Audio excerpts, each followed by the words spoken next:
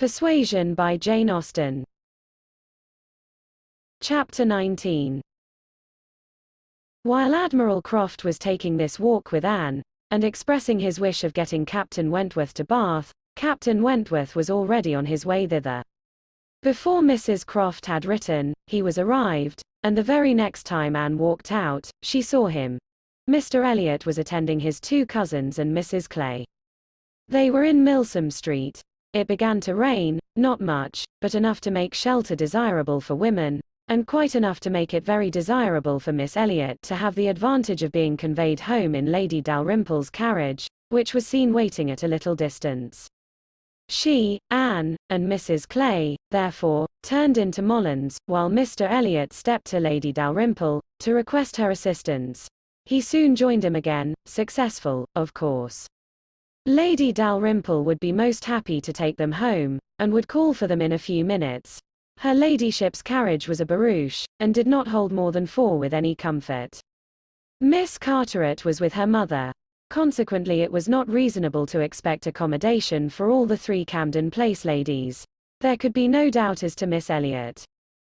Whoever suffered inconvenience, she must suffer none, but it occupied a little time to settle the point of civility between the other 2. The rain was a mere trifle, and Anne was most sincere in preferring a walk with Mr. Elliot.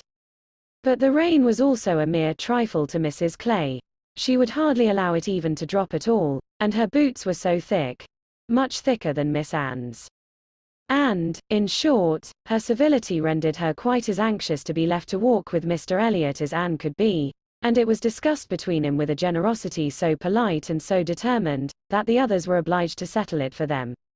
Miss Elliot maintaining that Mrs. Clay had a little cold already, and Mr. Elliot deciding on appeal, that his cousin Anne's boots were rather the thickest.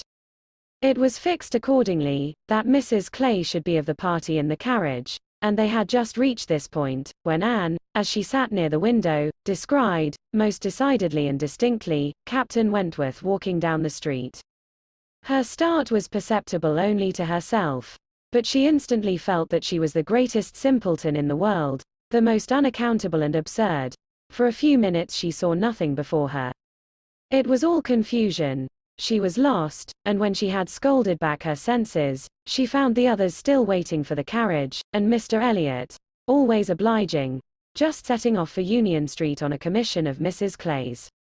She now felt a great inclination to go to the outer door. She wanted to see if it rained. Why was she to suspect herself of another motive? Captain Wentworth must be out of sight. She left her seat. She would go. One half of her should not be always so much wiser than the other half, or always suspecting the other of being worse than it was. She would see if it rained. She was sent back, however, in a moment by the entrance of Captain Wentworth himself, among a party of gentlemen and ladies, evidently his acquaintance, and whom he must have joined a little below Milsom Street. He was more obviously struck and confused by the sight of her than she had ever observed before. He looked quite red.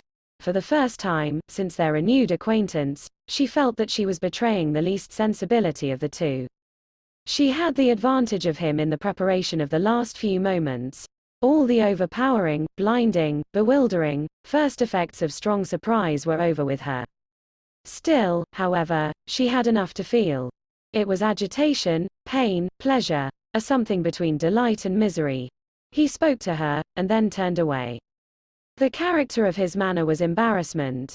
She could not have called it either cold or friendly, or anything so certainly as embarrassed. After a short interval, however, he came towards her, and spoke again. Mutual inquiries on common subjects passed. Neither of them, probably, much the wiser for what they heard, and Anne continuing fully sensible of his being less at ease than formerly.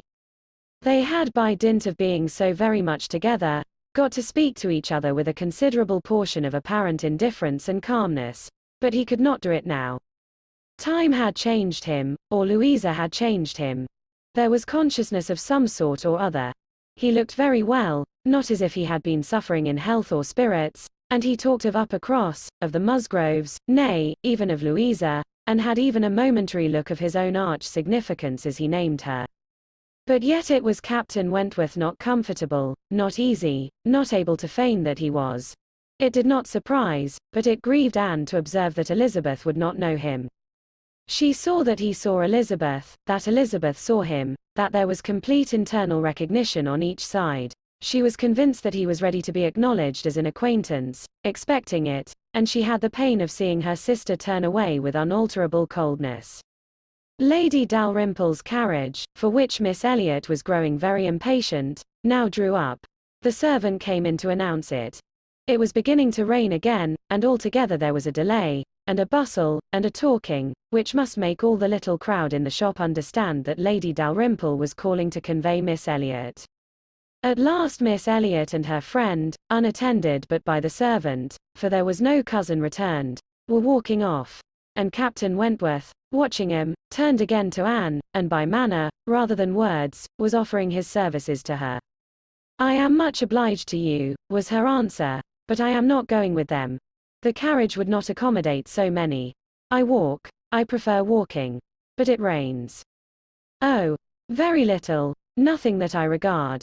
After a moment's pause he said, "Though I came only yesterday, I have equipped myself properly for Bath already, you see," pointing to a new umbrella. "I wish you would make use of it, if you are determined to walk. Though I think it would be more prudent to let me get you a chair." She was very much obliged to him, but declined it all, repeating her conviction that the rain would come to nothing at present, and adding, "I am only waiting for Mr. Elliot. He will be here in a moment, I am sure." She had hardly spoken the words when Mr. Elliot walked in. Captain Wentworth recollected him perfectly.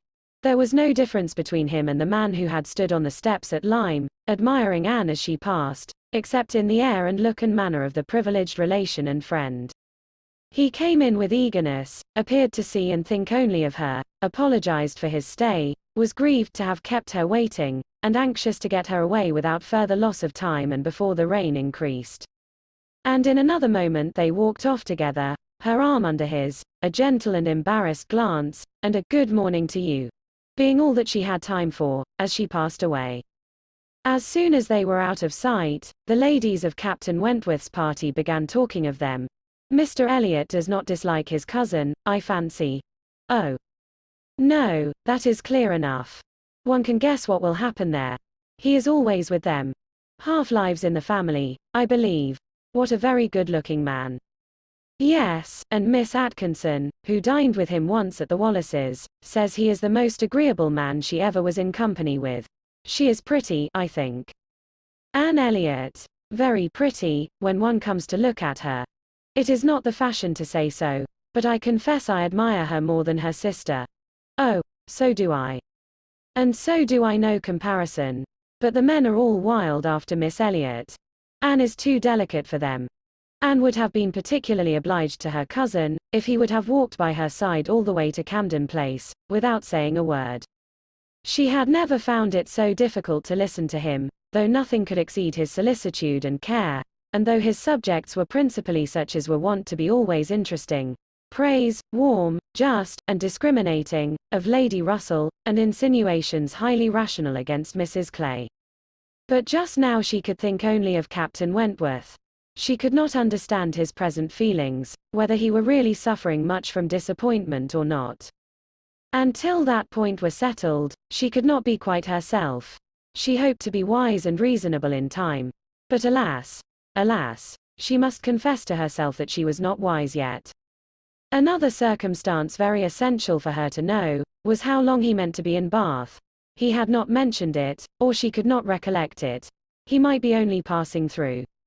But it was more probable that he should be come to stay. In that case, so liable as everybody was to meet everybody in Bath, Lady Russell would in all likelihood see him somewhere. Would she recollect him? How would it all be? She had already been obliged to tell Lady Russell that Louisa Musgrove was to marry Captain Benwick. It had cost her something to encounter Lady Russell's surprise. And now, if she were by any chance to be thrown into company with Captain Wentworth, her imperfect knowledge of the matter might add another shade of prejudice against him. The following morning Anne was out with her friend, and for the first hour, in an incessant and fearful sort of watch for him in vain, but at last, in returning down Pulteney Street, she distinguished him on the right-hand pavement at such a distance as to have him in view the greater part of the street. There were many other men about him, many groups walking the same way, but there was no mistaking him. She looked instinctively at Lady Russell, but not from any mad idea of her recognizing him so soon as she did herself. No, it was not to be supposed that Lady Russell would perceive him till they were nearly opposite. She looked at her, however, from time to time, anxiously. And when the moment approached which must point him out, though not daring to look again, for her own countenance she knew was unfit to be seen, she was yet perfectly conscious of Lady Russell's eyes being turned exactly in the direction for him, of her being, in short, intently observing him. She could thoroughly comprehend the sort of fascination he must possess over Lady Russell's mind, the difficulty it must be for her to withdraw her eyes, the astonishment she must be feeling that 8 or 9 years should have passed over him, and in foreign climes and in active service too, without robbing him of one personal grace. At last, Lady Russell drew back her head. Now, how would she speak of him? "You will wonder," said she, "what has been fixing my eye so long. But I was looking after some window curtains, which Lady Alicia and Mrs. Frankland were telling me of last night. They described the drawing-room window curtains of one of the houses on this side of the way, and this part of the street, as being the handsomest and best hung of any in Bath, but could not recollect the exact number, and I have been trying to find out which it could be. But I confess I can see no curtains hereabouts that answer their description." Anne sighed and blushed and smiled, in pity and disdain, either at her friend or herself. The part which provoked her most, was that in all this waste of foresight and caution, she should have lost the right moment for seeing whether he saw them. A day or two passed without producing anything. The theatre or the rooms, where he was most likely to be, were not fashionable enough for the Elliots, whose evening amusements were solely in the elegant stupidity of private parties, in which they were getting more and more engaged. And Anne, wearied of such a state of stagnation, sick of knowing nothing, and fancying herself stronger because her strength was not tried, was quite impatient for the concert evening. It was a concert for the benefit of a person patronized by Lady Dalrymple. Of course they must attend. It was really expected to be a good one, and Captain Wentworth was very fond of music. If she could only have a few minutes' conversation with him again, she fancied she should be satisfied, and as to the power of addressing him, she felt all over courage if the opportunity occurred. Elizabeth had turned from him, Lady Russell overlooked him. Her nerves were strengthened by these circumstances. She felt that she owed him attention. She had once partly promised Mrs. Smith to spend the evening with her. But in a short hurried call she excused herself and put it off, with the more decided promise of a longer visit on the morrow. Mrs. Smith gave a most good-humored acquiescence. "By all means," said she. "Only tell me all about it, when you do come. Who is your party?"